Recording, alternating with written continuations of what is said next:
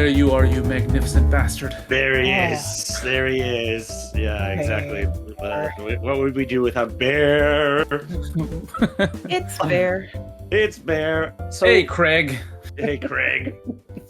Spoiler alert. How do you do all your audio recording? Why does it come out so shittily? No, we Oh, were yeah. three completely different locations. It's the only way we can do it. It does work. It does work pretty well. And Craig brings us all together. Aw, the magic of Craig. Well, sitting down, relaxing with a book, lighting a candle, eating fish bread. These are things that include what characters might be doing in their downtime. Segue! Okay. Little mini crackers going off, and I usually just like rip the string out of the back, and they don't even explode. They're just like those dollar store those dollar crackers. store crackers that don't even work. All right, so once the DM says, okay, everybody roll initiative, the game for any season table sort of runs like clockwork, doesn't it? Everyone seems to know what they're going to do. You get into the battle mode. That could overextend its welcome for sure, but then there's situations in which there isn't combat, there isn't the high adventure or investigating around looking for clues and what have you, where the characters are just living their peaceful lives. And perhaps a good portion of audiences says, well, skip over all that bit and get right to the drama. Sure, maybe at the start, perhaps. But I guess the topic for our discussion for today is, well, why skip over that part? Why not make that a sort of a lived-in portion of the games? I believe we've talked about it in a previous episode about going to shops and doing the shopkeeping element. And I know, Chris, that's something that you tend to. I love to do that. Yeah. Because they always find something that they never knew was going to be in that shop. Right. Right. Rewarded And so, for exploring. is this kind of a downtime element then, I suppose? It would be. I would consider that downtown. Yeah, Unless if they're there. Yeah, I heard downtown, which I is heard downtown. Yeah, actually okay, accurate too. I may have said that. That's where all the good shopping is. Downtown. You're not sure if it's downtime or downtown. But like, unless if they're going there for a specific purpose, like they're not doing it there necessarily for window shopping, right? Then yeah, like I would consider that downtown. Downtime, not downtown. Oh, it's just in your brain now. I caught myself. Yeah, not downtown. Unless like they're visiting this particular shopkeeper because the shopkeeper is like a member of the organized secret society that they're trying to meet up with the contact, blah blah blah blah, and then also he sells healing potions. But it's simply like they've got that time to just be rummaging through. I mean, I do think if ever like life just kind of gets in the way of those things. For myself, I'd probably give my players more time to do shopping if I had the ability to like come up with like little shop lists that I could like send them over and they could kind of like peruse through. These are the things that are in the shop, and do something like that. Whereas there's always so much drama to get across that it's almost like doing the shop stuff almost seems like we've got a limited 4 or 5 hour slot to meet up, and so let's just get to the high drama stuff.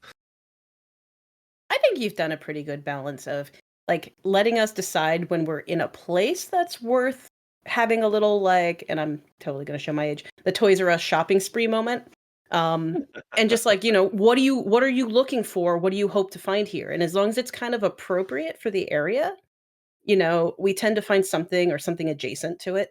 And then you get that shopping moment. And usually if we're a little extra spicy about looking for things, bad things or good things happen, and it leads to more story elements. So, I mean, beyond just going to the shop, I think that I wouldn't recommend tables or kind of maybe novice GMs starting off with their characters in downtime. I almost find that to be something of a pet peeve if I go to like a con game and they start off with the group in a tavern all introducing themselves. It's like, let's just get on with it. Like, just start with the hook and let's get the adventure rolling, and then we'll kind of figure each other out as we go. But like having to be your character of cloth with a new character sheet and just say, okay, go, is a bit more difficult. But once you have seasoned players and you've been in the character for 2 or 3 sessions or something like that, then having the situation where they just sit down for a bowl of ramen or something like that is like, I think, something that's more possible because they have a well of information and past story elements that they could kind of draw upon to help flesh their character out, I suppose. There's a realism element here too. Like if you think about just being in a location, you're sitting down with somebody you just met. How are you going to have that conversation? What is it going to be about? You're not hopefully going to launch into a whole bunch of your backstory and bore them to tears and things, right? So it's difficult in real life to pull that off. And now when you're around a table trying to be a persona on top of it, it's going to be doubly difficult. So strongly agree with that concept.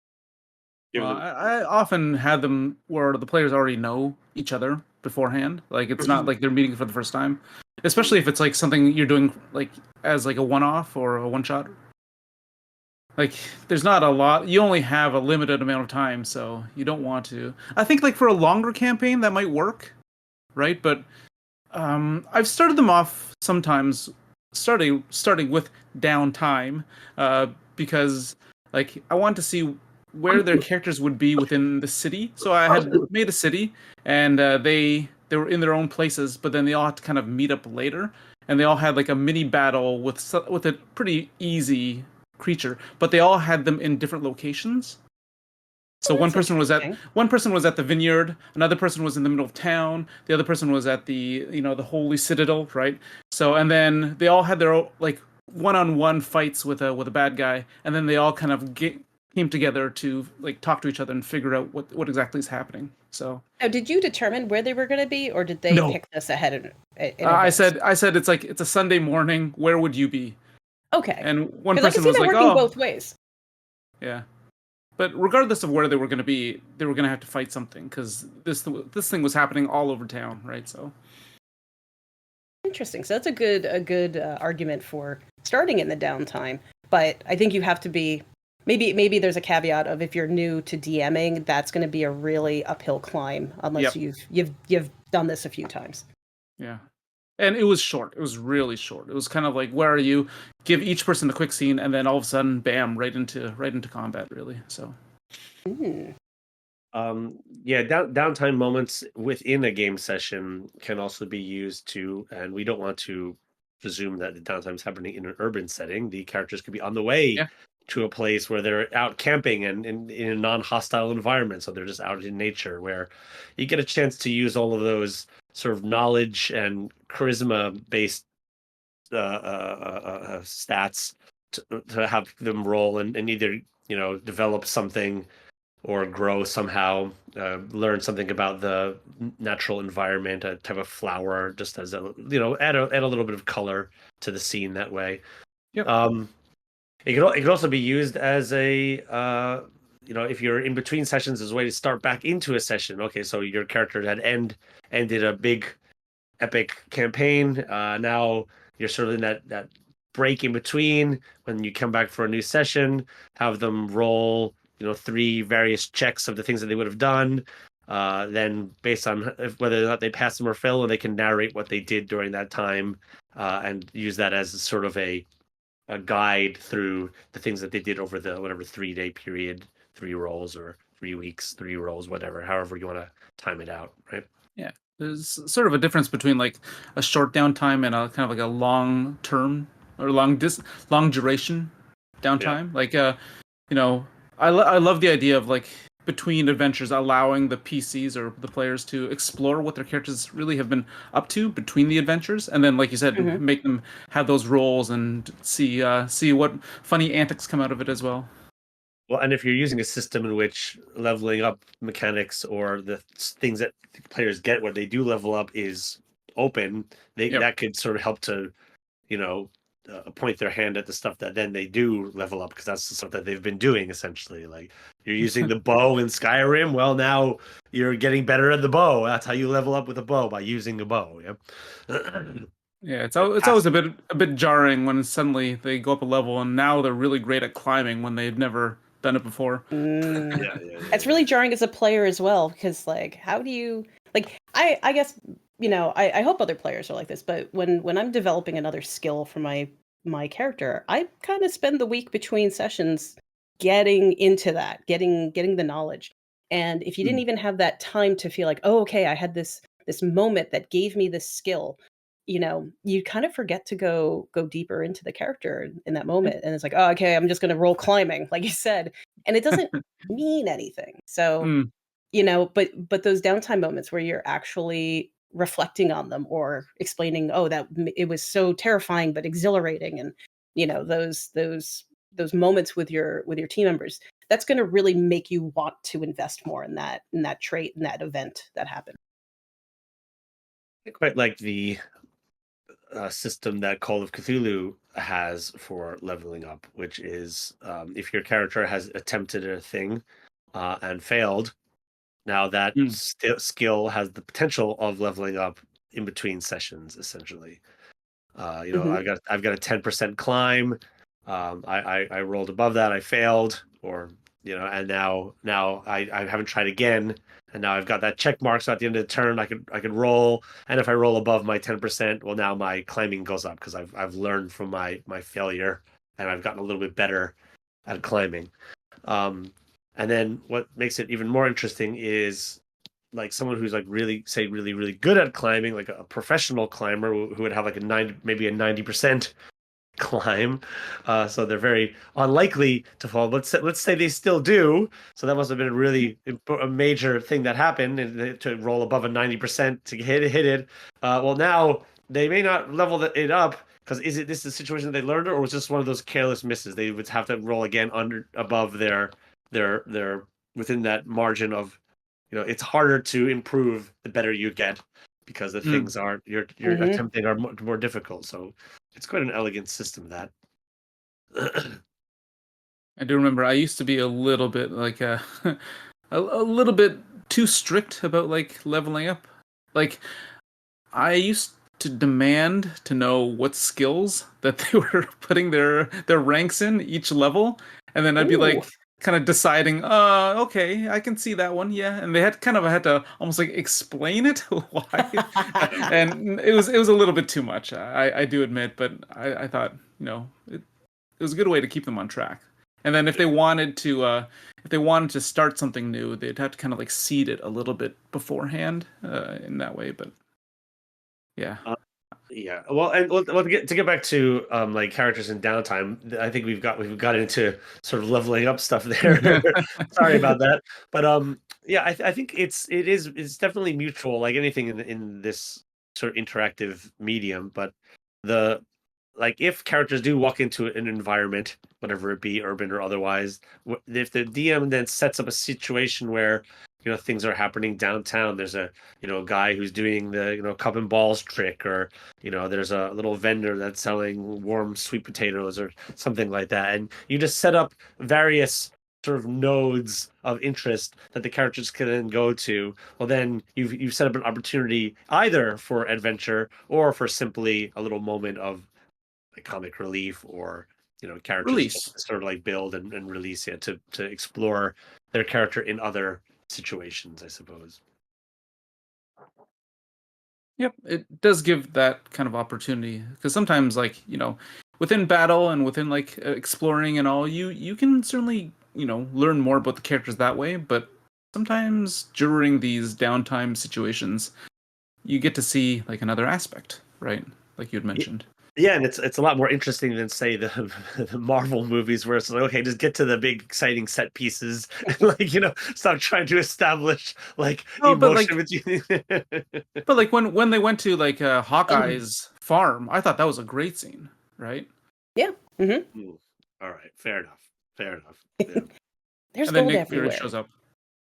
Yeah, the Nick Fury shit.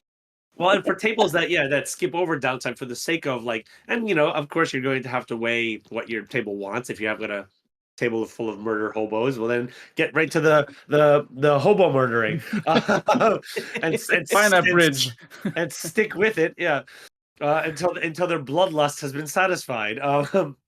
But if you have a table full of theater nerds, well, oftentimes they'll sort of do the heavy lifting for you and start it. And being not afraid to go into, like, it's almost like we're expected to go into the combat sequences in a F20 system or something like that. But being not afraid to go and let these downtimes flourish oftentimes can lead to some of the more memorable moments in a campaign in story as well. So I gotta ask the both of you, setting up like vast worlds, beautiful settings, vibrant cityscapes. How many times, like on average, percentage, whatnot, do you feel that you've set out really intriguing elements for your characters to interact with, even personalized ones for those characters that they just walked on by, how often do you think that happens, and does that leave you with a little bit of a feeling? Depends. It depends on the campaign itself. So if it's like a campaign where they're in the city and there's multiple things to do, I find that eventually they'll get around to it, right? If you're in a city, one place for long enough, eventually they'll visit all aspects, right? So I don't feel so bad. Or if it's something that I've made for one shot and that I can do again, it's maybe knowing that maybe this group won't do it, but another group might, right? So I don't usually get too saddened by them not touching every orb in the room. It's when you have like a whole adventure planned specifically for this group and they don't go in that direction at all, then that's usually when I get a little butthurt. But I've heard other DMs talk about the doing the same one-off for multiple groups and kind of thinking of it as like alternate timelines. Like, okay, which one's going to get farther, and that creates a certain amount of excitement. So that's a really good point. How about you, Jay? When I say that with an almost insider knowledge. Well, yeah. Well, that does open up that there is like an old school DMing style that was like that. You'd then find the corpses of your old bodies and get their loot and all this kind of stuff, and it's like like Elden Ring. You wherever you die, you'd want to go and get all your old souls back or whatever, and get to where you get to your dead point, or yeah. I mean, sometimes based on a die roll, entire things are skipped over. Like we had a few sessions ago, I really wanted a fun, kind of like big action airship at peace encounter with towers and ballistas, and it was going to be great. And I had it all planned out, how these little interesting things that were going to happen, and then a diplomacy roll made the whole thing just sailed right by. Nothing happened. No. I was like, bummer. All right, well, I guess I'll just pocket that one for something else. And, who could have done that one? Yeah. Well,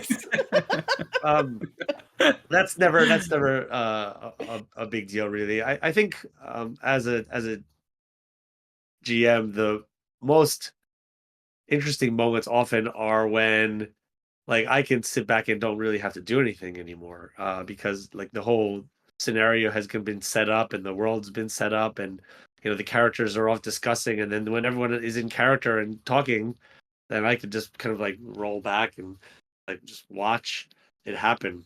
And that's really fun to sort of also to sort of like reset. It's like GM downtime to reframe the topic here a little bit. Let the players discuss while I sort of like try to catch up 2 scenes ahead or whatever based on what they're doing. Anyhow. Well, that's an important point too to make, is that if you're, as Jay said on several different episodes, that he'll write notes and within the first 15 minutes, just strikes them out. We're not going in that direction. This is a really good argument for having downtime moments to give your DM that time to breathe, to recalibrate, to come up with newer, better ideas now based on the actions of the players. And if you're rushing through, or if you're not kind of engaging with these with your setting as players, you're probably going to have a less fun experience because you didn't give your DM that kind of time to just tune off for a second, and come up with something new and novel. I also love bringing like even things from like downtime. I like bringing those elements back later. Like if they meet someone at like a bar or the swindler with the cup and ball game, right? Have him running out of the city later, fleeing from monsters, right? Like bring him back, Definitely. right? Yes. Will they save the guy who ripped him off? We'll see. I feel it's fast. That's like super important for players because you have that, like you get that in movies too, right? Where you see that character in the beginning and then they play something in the end, and you're just like, I know that guy. Well, Yep. yeah, of course, because he was introduced. But you get that brain connection, and you feel super good. It's like, oh yeah, let's follow that lead. Yes, let's go for it. So big kudos when that happens. Love it. Well, and GMs should be encouraged to, rather than asking players sort of like leaving a space, which implies the question, okay, well, what do you do now? Type of situation. They should be encouraged to ask their players, well, what do you see?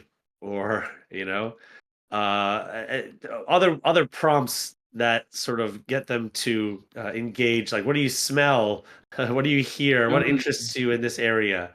Other leading questions that when the character gets into a place, then they could help to sort of fill in this color in the scene in ways that their characters might be observant of, rather than you having to explain every nook and cranny that's in the bar. And then once they've sort of established a thing, which might lead to something that they want to interact with, or a skill that they want to get a check on that they haven't been able to utilize for a while. You can then, now that's set up, those nodes are set up, and that makes sandboxing a lot easier, because like a lot of players say that they want sandbox, but it's really hard to sort of do without providing a series of kind of nodes to go to hit along the way. Just sandbox is do players really want that? I'm not entirely sure. Chris, were you with me when we played through Mad Mage with the prequel, the Dragon Heist? Dragon Heist. I don't think we did. I don't think I did Dragon Heist with you. I did the whole Tiamat thing, right? You did Tiamat. Yeah. Okay. So that was after you. So okay. So there is a kind of dual set. It's the, oh my god. There's the Curse of the Mad Mage, or the Dungeon of the Mad Mage, and there's one before that, which is the Dragon Heist, which has got like kind of 3 villains, and the booklet kind of fails, in my opinion, in the fact that like you kind of roll for a season, and then I remember you telling me about that. Yeah, one of the 4 villains becomes the villain of your session. But I said that doesn't make sense. I feel like it's like they should have been Spider-Man versus the Sinister Six or whatever, and like they should all be in there kind of competing for the gold. And so my version, and there's a famous one online by like the Alexandrian, I believe is a really successful kind of D&D advice website blog that's often mentioned on Reddit, did one where it becomes this sort of like multiple double cross. Which villain are you gonna? Enemy of my enemy, blah blah blah. You're gonna get all these baddies kind of chasing after the gold, and then where is it going to be in the end? And it's a timed situation.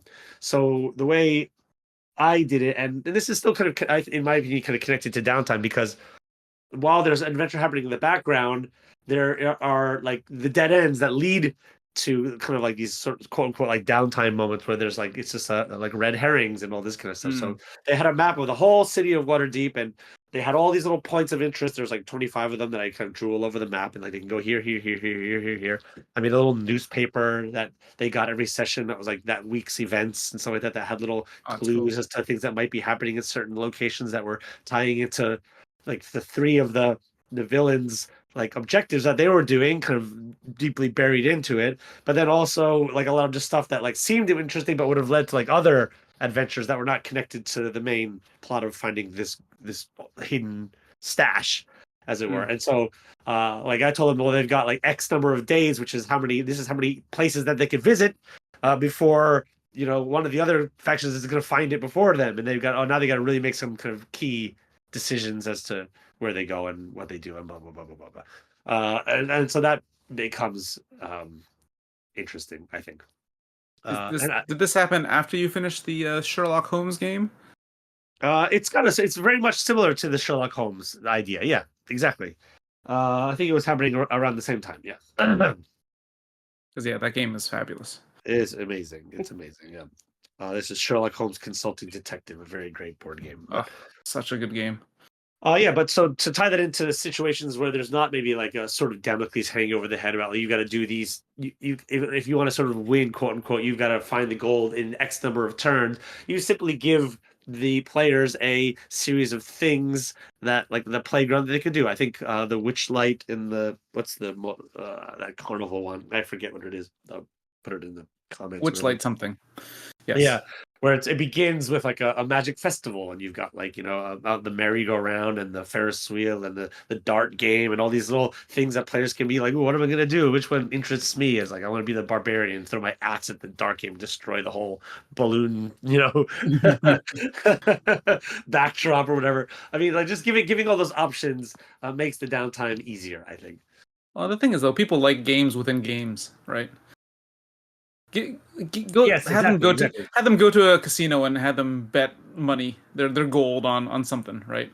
Like they'll be instantly involved. Well, that player will be instantly invested in that role, shall we say?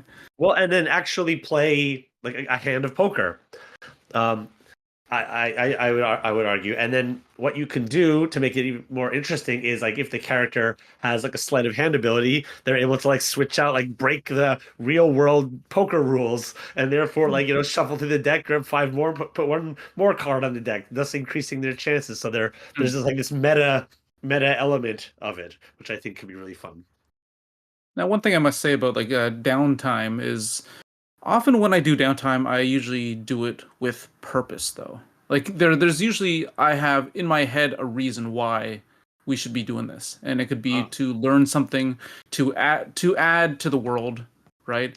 Maybe question what they see, or like advance the story a little bit in minor ways, not like necessarily like huge huge like a huge scene that would that changes everything. No, in small ways, right? Like they can learn something about the people there. Mm-hmm. Well, let me contacts or whatever. Sorry. Let me throw out an argument here. I'd say that like the non-downtime elements are for the DM to progress the story, and the downtime elements are for the players to progress the story. Like it's like the downtime elements are for the players to progress their characters in such a way that like that's been left out based on like what the DM has sort of offered for them to do. And so I drafted up a bard character who wanted to be a kind of a swindling gambler,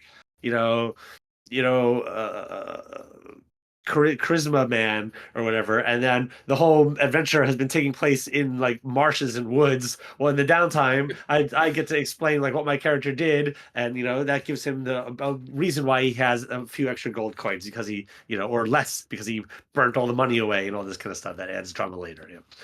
Well, now I would also like to draw the attention to the fact that DMs, now that could be your first time, of course, but DMs tend to have a bit more. What was your first? What was that?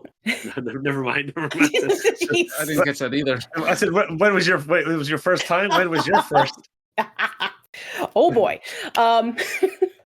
So DMs have a bit more confidence. Let's say there in creating moments on the fly for their players to interact with.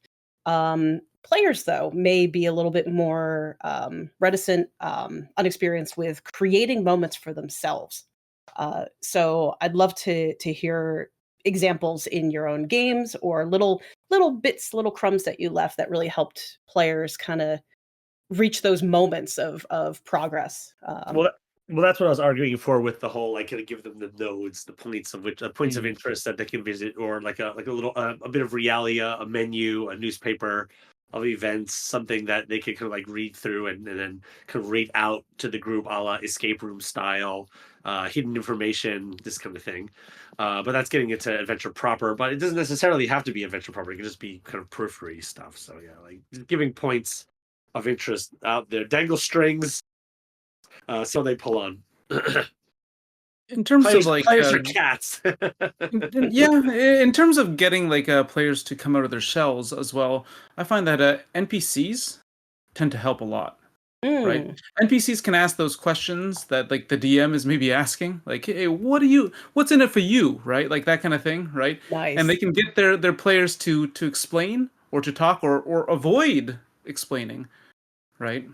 Yeah, I oftentimes feel a little bit more quote unquote comfortable when the group kind of brings along the one Yep. extra NPC that like can be the DM's like way in, Hmm. in case the player characters sort of get lost. And then all of a sudden that character can just like throw a bit of a comment that can help redirect the conversation in a way rather Yep. than just like let the players just go on their own, and then you got like really nothing to add there out of moments of inspiration or whatever.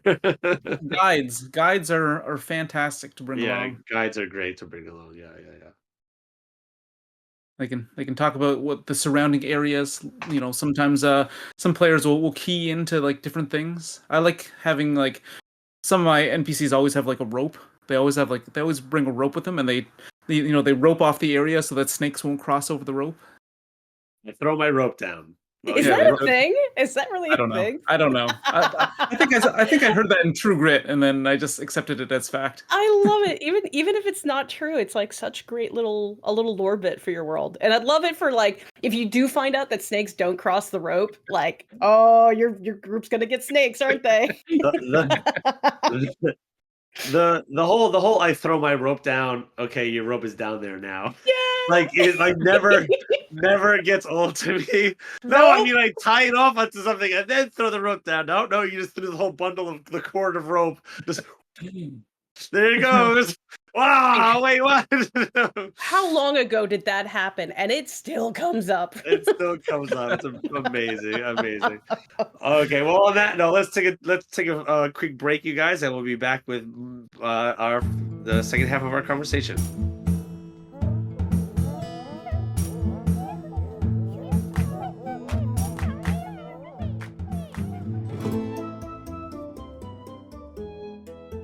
All right. So since your rope is down there, there's no way to get down, so we must find another way around the path. And that path bumps us into real world entertainment in the form of video games. And I think for the last 10 minutes of our conversation, I think we should talk about like what video games or gaming experiences, mechanics, what have you, are or have influenced you or could influence potential players that you might want to recommend listeners kind of go check out if they haven't. Sandra, did you want to take this away? I'm going to be probably the boring one on this because I am strictly an MMORPG player. So there tends to be just long periods of time in the same IP. But I can definitely speak to the things that have kept me playing World of Warcraft, Guild Wars 2, got all the way back to Shadowbane. Like, who remembers that? And in every one of these IPs, it's typically the atmosphere that really hits me first.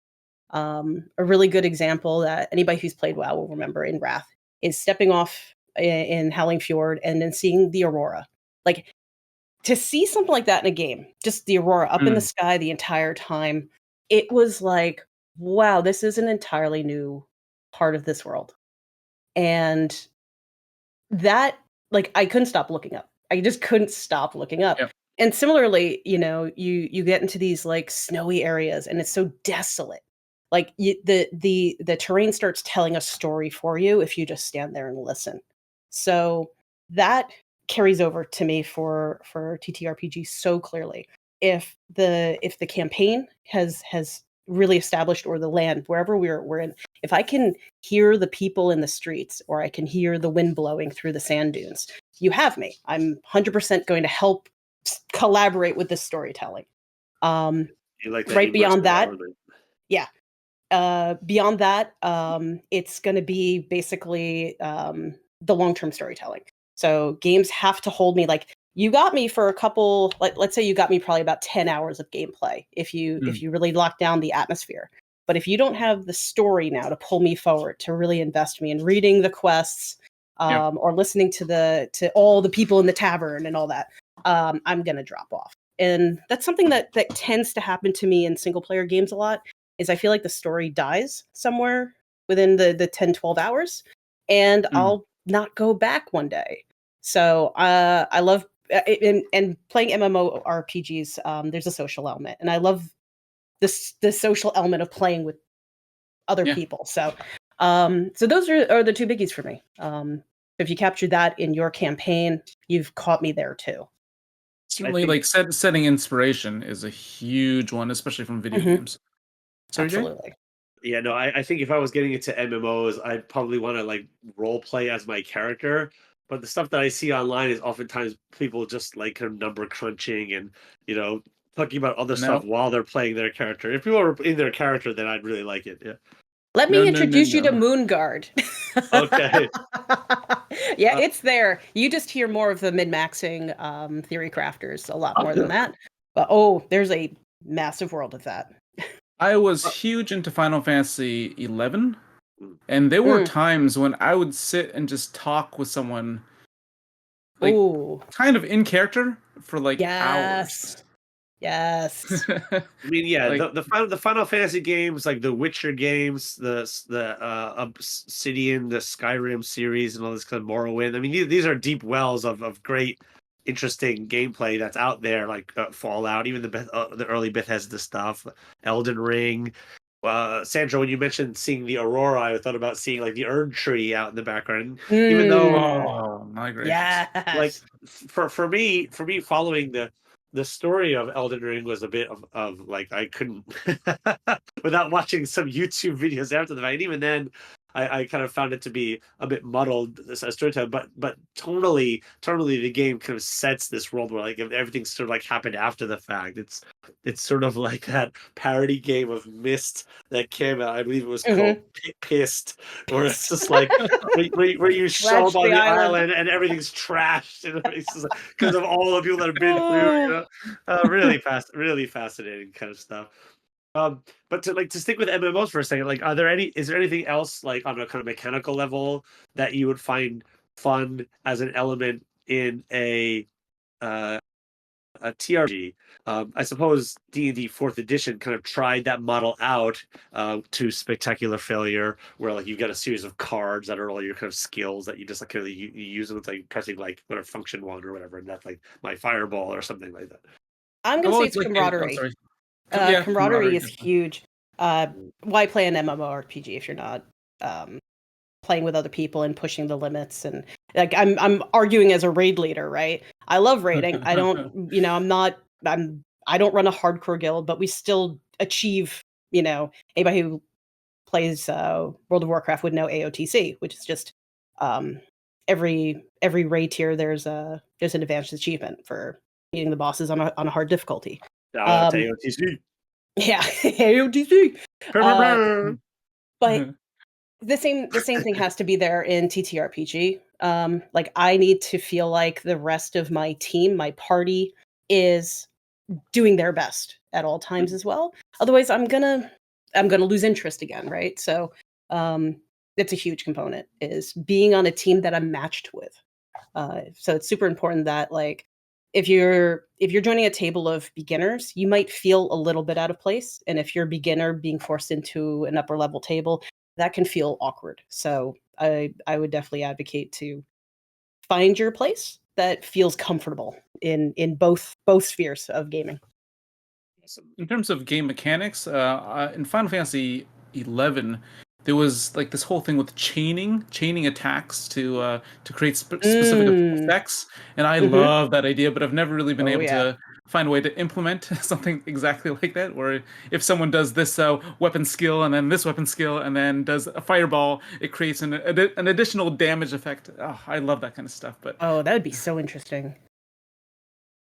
Also, crafting in Final Fantasy 11 and probably 14 was incredible. There was just so many things that you could craft, and I just love the idea of gathering things on your adventure, and then like maybe in downtime, the other conversation piece, making something out of the things that you find. I'm the worst crafter. I'm the worst crafter. I know. I always want to be like a character that crafts, but then I just get like annoyed with the systems of the games, and like I don't have the focus of like getting learning all these recipes, and I just kind of like I'm just gonna go kill some dragons or whatever. But when you get really into it, though, I love the idea. I like it. I like it in concept. Yeah.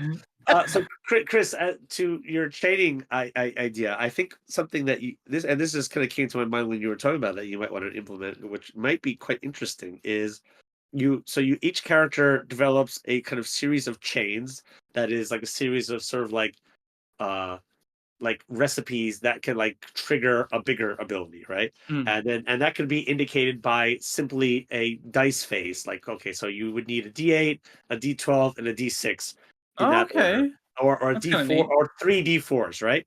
And in order for that kind of chain to work, would have to sort of fill up those dice with the overused, like, so you because you play F20, Yep, so a D20 system, and yep. so let's say I rolled to hit an orc, and like I need to like a 13 or higher to hit or something like that, and I roll an 18, right? So I've got 5 extra. So now I Mm. can take that 5 extra to either fill up 5 on the D12 or fill up the D4 to 4 or blah blah blah blah. Right. So I can like I'm Oh, filling up the dice Okay, to yeah. and then once all of the dice reach their sort of like their cap, now I've got it's like charged, and now I can like use And that then you can use skill it to. and Yeah, that's resets kind it, of cool. That's right? And kind yeah, of like cool. system on the fly. right, and so That's you right, huh. and then so like even like if you get a crit, obviously that wouldn't work because like a crit has a different function because it doubles your damage roll. Yeah. But like if you're or maybe even failed rolls or something like that, like how far did you fail, that triggers you a bigger skill, so that you've got like a comeback mechanic or something like that. That could be really fun. They do have somewhat like in especially in Pathfinder they have teamwork feats and those kind Right. of things where like Hmm. if two people have the same teamwork feat and one person is like flanking and the other person's flanking, those two get an additional bonus to their flanking or things like that. And I do love that idea, but like kind of like the idea of techniques working chaining after each other. Like, you kick him in the knee, he falls to, falls down on one knee, and then you And bop then bop him in the yeah, head, and then you light him on fire, right? yeah. Like, Always on fire. yeah. I will often break the like I mean, this is sacrilege to D&D, I think, but like often um break the turns of order for a character who feels like they have multiple turns in them. Okay, just go again. We'll go back and forth between me and the villain just to have like a fun little back and forth Oh, yeah. moment, which could be Mhm. fun.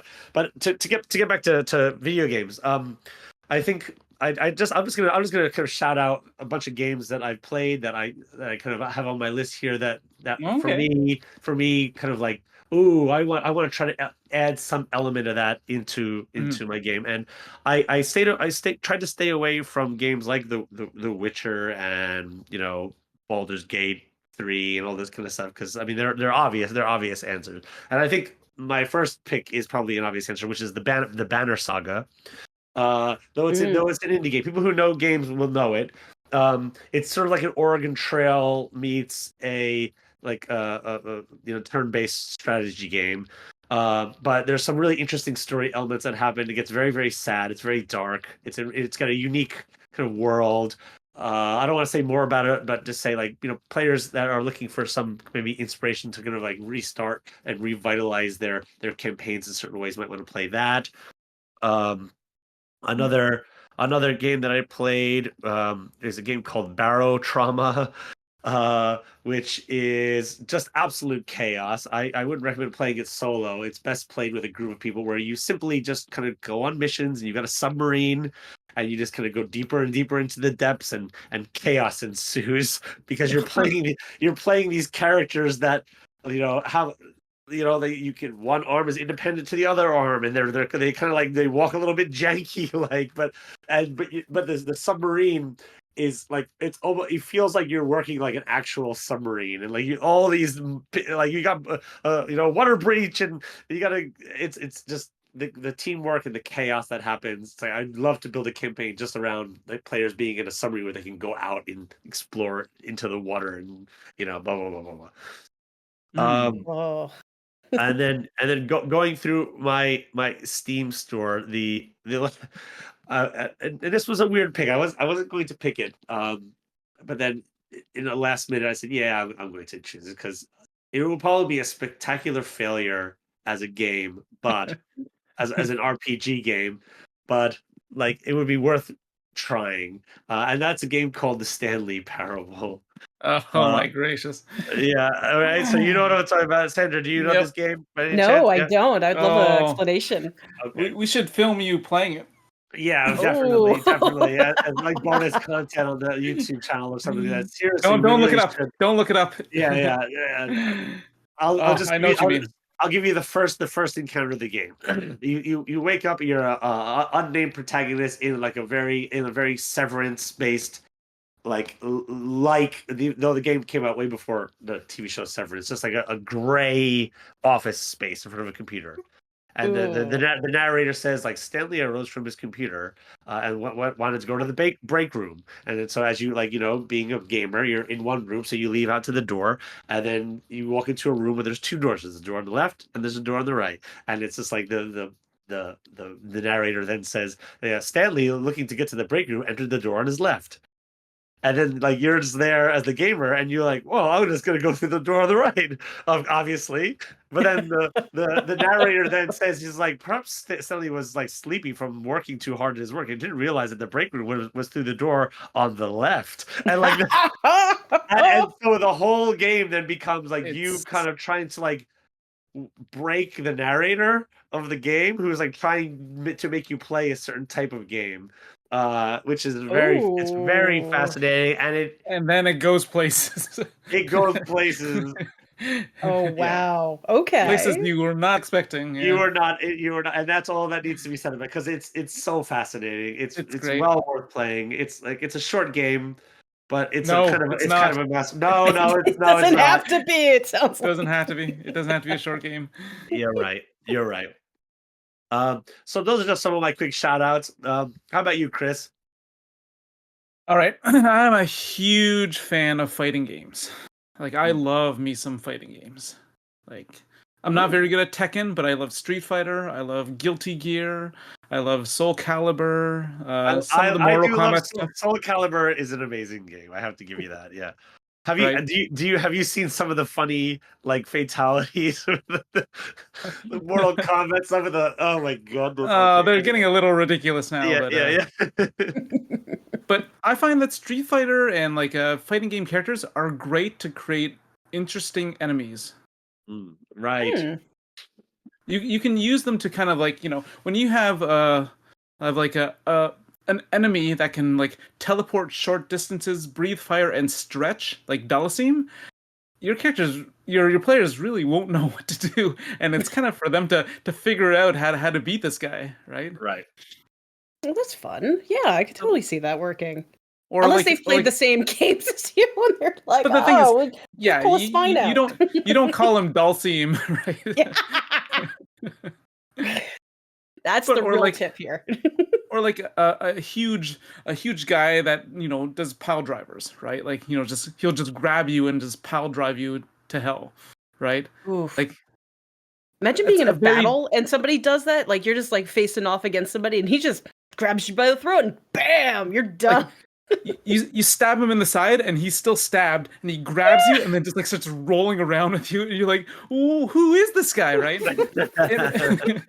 It makes for really, really interesting characters, and especially some of the more outlandish like characters from like Guilty Gear. They have some crazy ideas in that game, and I've always wanted to use like a couple of them. I've actually used a couple of concepts from them, but yeah. Great stuff. Street Fighter and fighting games, they have some really neat ideas there. Another concept I've always wanted to use and kind of tried once was like a Mega Man type game, right? Where you have like 8 villains and you got to decide which order you want to beat those villains in. And each time you defeat the villain, they give you something that you can use against the other villains. I just love that idea. That kind of like the rock, scissors, paper, bomb, dynamite, or gun. It's kind of like each of them destroy the other ones, right? So that sounds like another one that's fun for a DM to do with multiple groups, to see the order in which different groups pick. Like which one was like Leaf Man's weapon good against?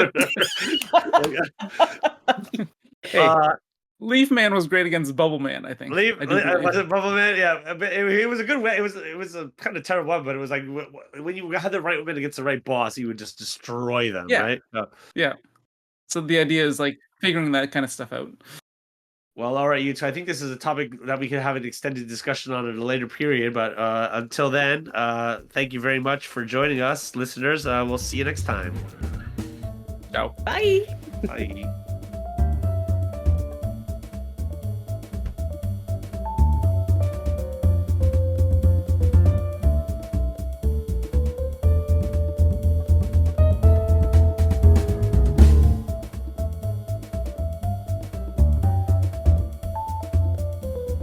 The 3RPG podcast is produced and performed by Sandra Rosner, Chris Takasaki, and Jay Underwood. Music and audio editing, mix, and master is done by Jay Underwood, art by Chris Takasaki. If you'd like to be a guest on the show or have any questions, please email us at 3rpgpodcast@gmail.com. If you would like to support the 3RPG podcast, please visit our Patreon or visit our website at www.3rpg.com. That is THREERPG.com.